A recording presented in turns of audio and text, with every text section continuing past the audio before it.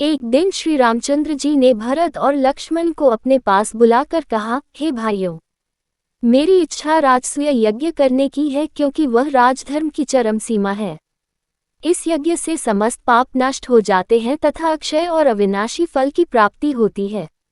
अतः तुम दोनों विचार कर कहो कि इस लोक और परलोक के कल्याण के लिए क्या ये यज्ञ उत्तम रहेगा। बड़े भाई के ये वचन सुनकर धर्मात्मा भरत बोले, महाराज, इस पृथ्वी पर सर्वोत्तम धर्म, यश और स्वयं ये पृथ्वी आप ही में प्रतिष्ठित है। आप ही इस संपूर्ण पृथ्वी और इस पर रहने वाले समस्त राजा भी आपको पितृतुल्य मानते हैं। अतः आप ऐसा यज्ञ किस प्रकार कर सकते हैं जिससे इस पृथ्वी के सब राजवंशों और वीरों का हमारे द्वारा संहार होने की आशंका हो।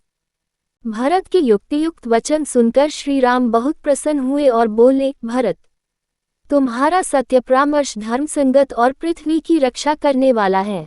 तुम्हारा यह उत्तम कथन स्वीकार कर मैं राजसूय यज्ञ करने की इच्छा त्याग देता हूँ।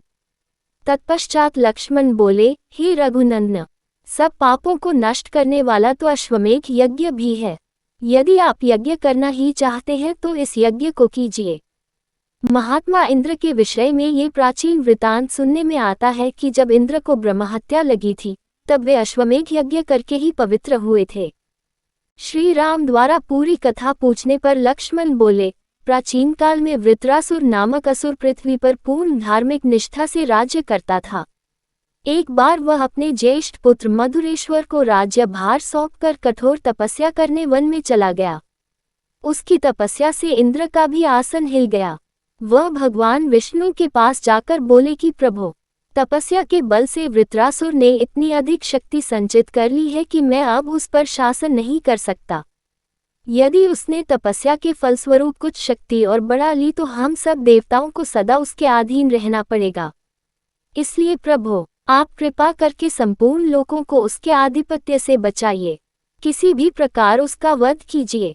देवराज इंद्र की यह प्रार्थना सुनकर भगवान विष्णु बोले कि यह तो तुम जानते हो देवराज, मुझे वृत्रासुर से स्नेह है, इसलिए मैं उसका वध नहीं कर सकता, परंतु तुम्हारी प्रार्थना भी मैं अस्वीकार नहीं कर सकता। इसलिए मैं अपने तेज को 3 भागों में इस प्रकार विभाजित कर दूंगा जिससे तुम स्वयं वृत्रासुर का वध कर सको। मेरे तेज का एक भाग तुम्हारे अंदर प्रवेश करेगा, दूसरा तुम्हारे वज्र में और तीसरा पृथ्वी में, ताकि वह वृत्रासुर के धराशायी होने पर उसका भार सहन कर सके। भगवान से यह वरदान पाकर इंद्र देवताओं सहित उस वन में गए जहां वृत्र तपस्या कर रहा था। अवसर पाकर इंद्र ने अपने शक्तिशाली वज्र वृत्रासुर के मस्तक पर दे मारा। इससे वृत्र का सिर कटकर अलग जा पड़ा।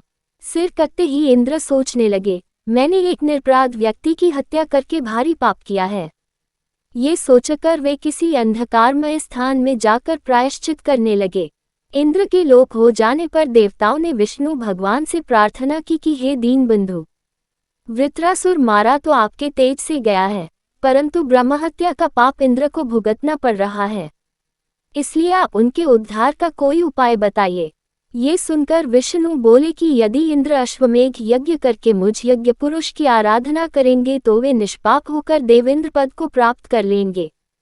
इंद्र ने ऐसा ही किया और अश्वमेध यज्ञ के प्रताप से उन्होंने ब्रह्महत्या से मुक्ति प्राप्त की।